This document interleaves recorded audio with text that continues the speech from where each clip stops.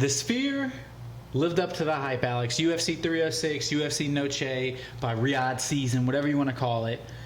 The spectacle was great. It was a great honoring of Mexican fighting heritage. Yep. The fights, not bad. Didn't live up to the hype of Sphere, greatest card ever, as Dana White. I'll say 6. I will say, people are saying it didn't live up to the hype. Dana said it would be the greatest show. Yeah. He never said it would be the greatest card. Right, and with the amount of fights that they always put on, Apex and otherwise, it's hard to get constantly great fights. It was such a cool spectacle, though, with the Sphere and the screens and everything. Even it translated onto the TV. Yeah, it did. It was very cool. Wish I was there, but it was a cool sight to behold. Very unique. Had some budgetary concerns trying to get to Riyadh Season and Las Vegas this past weekend. I didn't have $30,000 to spend on a ticket. Exactly. But we talked about the Sphere. Let's get down to the fights, Alex. Yep. Before we get to the main card, who we said was, kind of lackluster. Let's talk about the prelims because they were exciting. Speaking of the Sphere being a love letter to Mexico, Mexican fighters did go 2-6 on the night. Yeah, not the greatest. Just a stat. And if I remember last year for Noche UFC, the Mexicans kind of dominated. They did great. I think it was like an 8-2 as opposed to the 2-6. Either way, kicking off the whole card, Raul Rosa Jr. defeated Aori Kilang by unanimous decision. Raul Rosa continues his climb. Yep. He tried to get his hands going early, but with that being limited in success, he went with Old Faithful, and that being takedowns. He say what you want. That's smart fight IQ by the young 19 years old now. Quickly proves he's like, all right, I wanted to try this out. Doesn't work. Let me go to takedowns. He landed 3 for 7 with about a round and a half of control time. 29-28, all 3 judges' scorecards. Good showing by the 10-1 19-year-old, at this point, UFC crazy. vet. Yeah. It's crazy. Moving on, Joshua Van got back in the win column with a unanimous decision over Edgar Chairez. Chairez held the first round hostage, and then Van went to work, landing more than double Chairez's strikes, and then he added 3 takedowns with 4.5 minutes of control time. And that's active control time because Joshua Van, he threw 276 total strikes, losing the first round, which means he came back heavy in the second and third and just outperformed Edgar Chairez. Letting it swing. Yeah, winning that one as well, 29-28 on all 3 judges' scorecards. Ketlin Sousa came in as the second biggest underdog of the night, but she scored the biggest upset against Yasmin Yaregi with a first-round rear naked choke. It was a very impressive performance from Ketlin. Yeah, Sousa landed a hard left hook. She put Yaregi down and immediately locked in the choke, choking Yaregi completely out, moving Sousa to 2-1 in the UFC to start her young career. I missed the fight live. When I turned the fights on, all I saw was Yaregi unconscious, face first on the ground. Yeah, it was a good upset. I have to say I placed a small wager on that one, and it panned out for me, so I like it.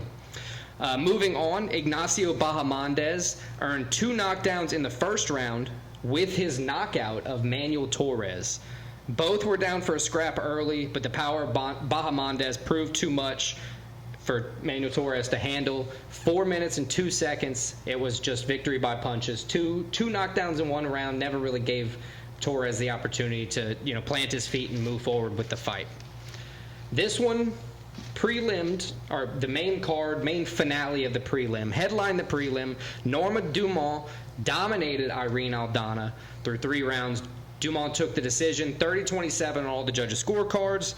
This performance moved Dumont to 8-2 in the UFC and 5th in the bantamweight division, in my opinion, sparking a soon title shot. Moving on up.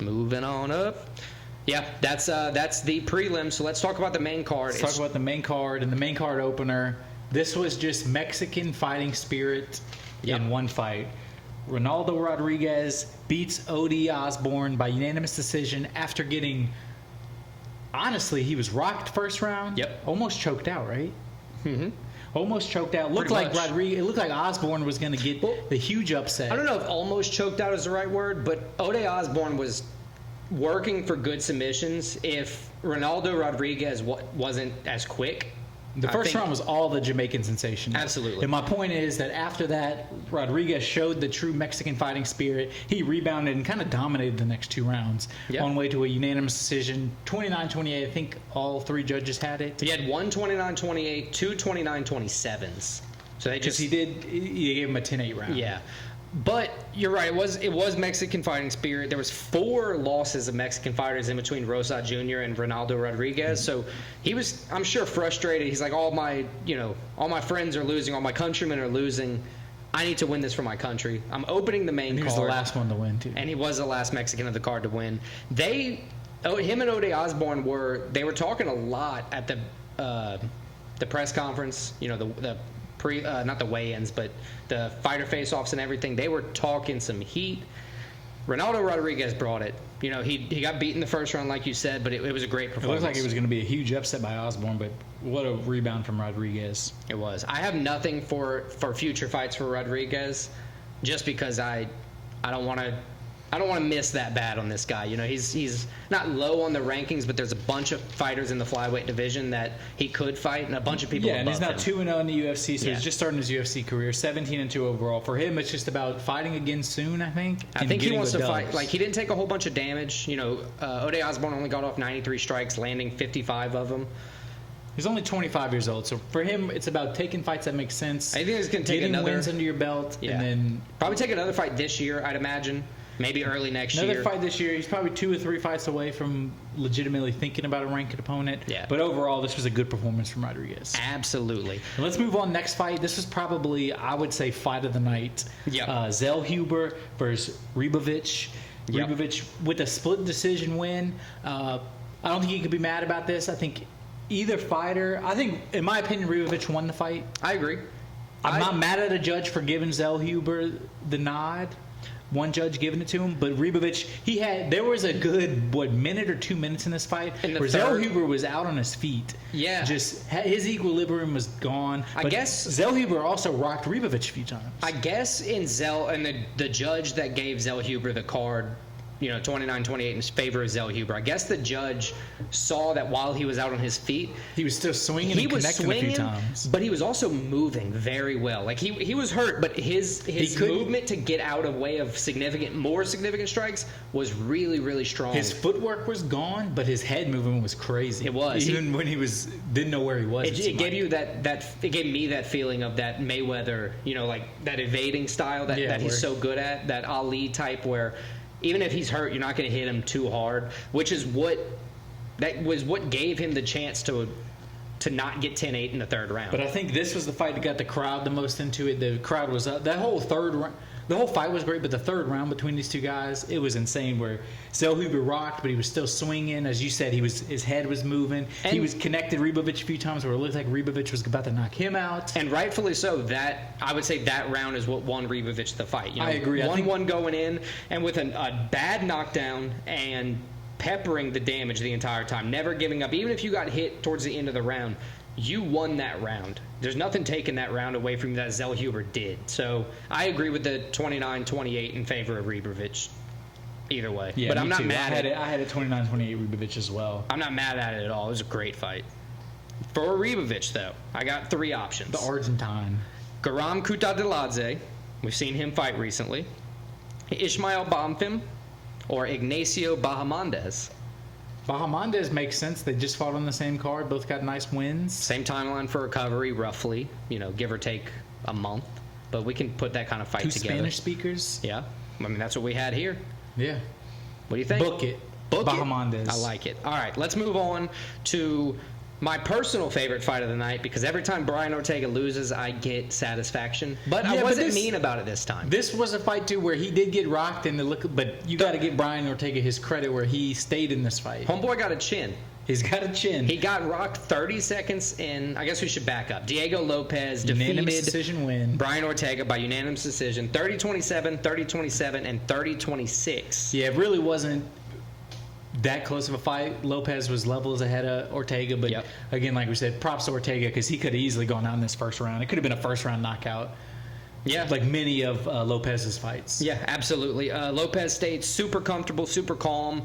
It looked like he was shooting, to try to submit Ortega. Like he wasn't, he was trying to beat Ortega in his own game. Yeah, prove a point. He easily got out of the not weak triangle attempts, but the the triangle attempts off Ortega's back. Off when Ortega's rocked on his back. Right. Yeah. So it was not an easy fight for Lopez. Obviously, he put in a whole lot of work to win this one. He did everything he needed to do. 5 straight wins for Lopez, 5-1 in the UFC after losing his first fight. I mean, he's a guy that's he's a rocket ship right now. And now in the top 5 fighter. Yeah, he just moved up 10 places in the rankings by dominating Brian Ortega. Called it, by the way. Just want to throw that out there. If you just randomly had to pick somebody out of the air. Evil, give him the rematch. That's the fight I want to see. That's on my list because as of today, Evil called him out actually. And as of today, Aljamain Sterling is out of UFC 307. But Lopez did say he wouldn't take the fight on short notice. Which props to him. I wouldn't either after I just won this. A month is fine. He's still in fighting shape. I think he takes it because he didn't take any damage in this fight. I think he would change his mind given UFC 307 as an opportunity. Just me. Outside of that, what about a title shot given the winner of Ilya or Max? I think that makes sense. Or if we're talking about waiting probably till 2025. What about Volk? Aljamain Sterling. Yeah, Aljo. So I have Movsar Evloev. Aljo has a quick recovery. Aljo said his injury doesn't need surgery. It's just something, maybe like a minor tear or something like that. But he's just not prepared to fight right now because of it, which I get. That's the only reason I don't think he fights Evloev is because at this point Lopez can wait and get a bigger name. Aljo's a bigger name. Although he's not ranked as high, I think a win over him just resonates more. He can possibly wait and get the title shot next. He could probably get Volk possibly next. This is something. I think even though I'm sure he wants to avenge the loss, he has a chance to get a bigger fight in terms of how much he gets paid, how much notoriety he gets. For Diego Lopez, I think you're right because he's one fight away from a title shot, I'd imagine. If not, a title shot next. Or a title shot next. You never know. But he doesn't have anything to prove at this point. He has wrestling in his corner. He's got KO's power in his corner. The sky's the limit. I think we're going to see a featherweight champ. I don't know. Do I want Ilya to win now and then Diego Lopez to stomp through Ilya, or do I want a legendary fight with Diego Lopez, Max Holloway? Well, I definitely want Max Holloway to win that fight. Right. So let's vote for Diego Lopez versus Max Holloway. I like that. Let's move on. Co-main event. The first title fight of the night in the third showing between Alexa Grasso. Third showing, and I think it was the most comprehensive turnaround. Most. I don't even know how to say it. Clearly. I clearly don't know how to say it. It was the one where it proved the most in the fight. Shevchenko dominates Grasso. In fact, absolutely unanimous decision. She probably won every round, I would say. Yeah, 50-45 on all 3 scorecards. So I would agree. It was the most comprehensive. Out of the trilogy, it was the one where it was like, clearly she's the better fighter. Yeah. Where it was enough of a victory where she dominated, where although the series is now tied 1-1-1, nobody's clamoring for a 4th fight right now. Right. There may be one in the future. It would take Grasso. Let her rise back up. This was a very good fight for Shevchenko. Very smart fight from Shevchenko. I'm happy to say I told you so. It was clear in this fight that Shevchenko did the same kind of game plan as the draw, but she elevated it just where it needed to be. There was a couple times it got scary for me. She got close, she got almost caught in a submission a couple times, but props to Shevchenko. She got out of it. Grasso, it just seemed like she never got, which is credit to Shevchenko, she never got going in this fight. Shevchenko just kind of overwhelmed her. Yeah, the game plan of Shevchenko rendered Grasso's power, takedown ability useless. Shevchenko came in, pressing forward, dominating on the ground, and doing that is exactly kind of what happened in the main event too. Like, you're that strong on the ground, you disable power. You disable the ability to fight further. But yeah, props to Shevchenko. She did a great fight, proved that she's still there. What is it, her 12th straight title fight? She's only lost 2. She's the first 2-time champ of the division. So quiet 2-time champ. Who do we have next for Shevchenko? I have 3 options. I think the most obvious fight is Poirier, the French fighter. That's who I got. That's top of the list. What about Macy Barber? Macy Barber's right up there too. But I personally think Poirier deserves it. I think everybody can agree. I agree with that. I think Barber probably has to take one more fight.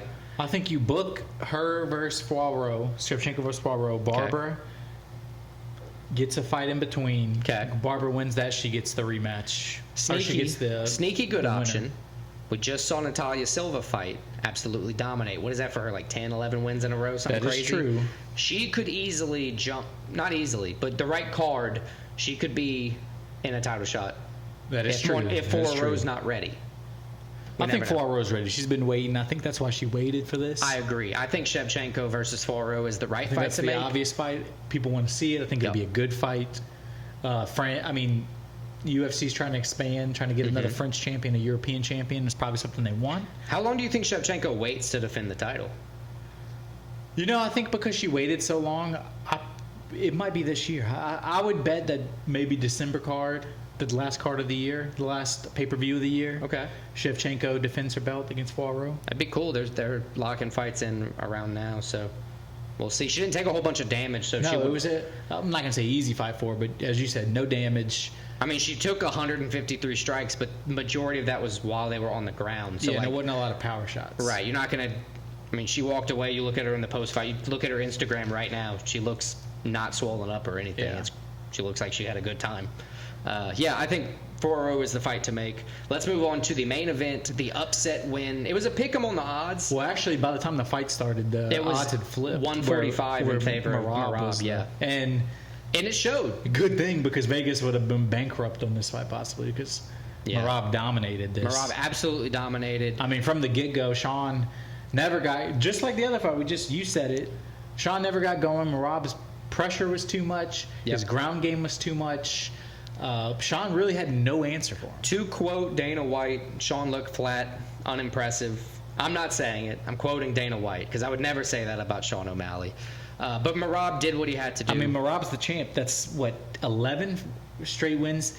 I mean, honestly, if you look at the resume, he deserves to be the champ. He's the best fighter in the division right now. And he could have beaten Aljo. As much as they probably didn't want to fight because they're buddies and all that, I get it. Now Aljo's in another division, so it's fine. But he could have beaten Aljo. Given what he just did to somebody who knocked Aljo out by just evading a takedown with a counter, I mean, he could have out-wrestled Aljo easily. Merab, I mean, it was an impressive, as bad a performance it was from Sean. Weird controversy. You can't say anything bad about Merab. As soon as the fight started, he starts yelling at Sean's coach. Tim Welch and him are arguing, but they've been arguing for months. And then, after he's not subbing him, but he knew he couldn't get it, he starts kissing his back.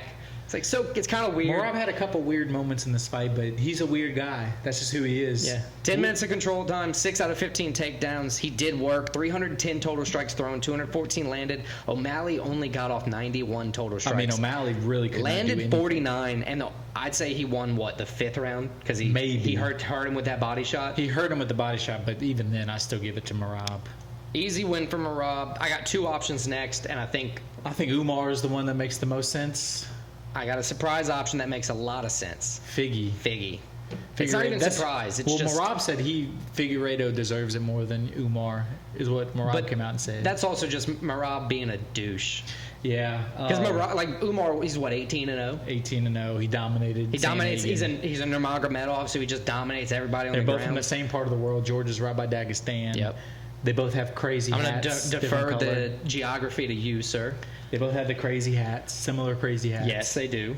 Except Merab's is darker. And bigger, right? Well, they're about the same size. Fluffiness is equal. And then Umar's is white. So if Merab doesn't get to choose, who would you prefer to see as the... I think it's got to be Umar. I think Dana and them are good with the Nurmagomedovs. They're tight. I get it. They're dominating. They're dominating. The Nurmagomedov crew that's... I mean, there was a period where I didn't like him, but at this point, they're just undeniable at this point. I mean, wrestling... It's Habib, it's Islam, it's now Umar. I would say as a whole, wrestling is back, because if you look at the list of champions right now... I mean, their base is wrestling. Everybody's base is wrestling. You got Pantoja, Merab, Makachev, you got Bilal. Everybody except for Pereira. You got DDP and Pereira. John Jones is a wrestling base. Except for the heavier guys. Weili Zhang, Shevchenko both have wrestling, and then Raquel Pennington has a striking base. So there's 3 UFC champs with striking bases right now. Yeah. I guess they're all going to be gone. Give me Umar Merab. I think that's the one we want to watch. Yeah, I agree. I'm interested to see, because both guys are, as we said, wrestlers, so it'll probably come down to striking. Yeah, that's true. That's true. He's going to have to, because if it's a stalemate, then it's just going to be an uninteresting decision. And nobody wants that. Yeah, but there's UFC Noche recap. What's the next UFC card? Next one is not this upcoming week, but the next one. I'm sorry, September 28th, I believe. Yep. UFC Paris. UFC Paris. And then after that, we got UFC 307. Yes, sir. All right, so check it out. Like, subscribe, do all them things. We got picks coming out next week for UFC fights for Paris. All right, let's go.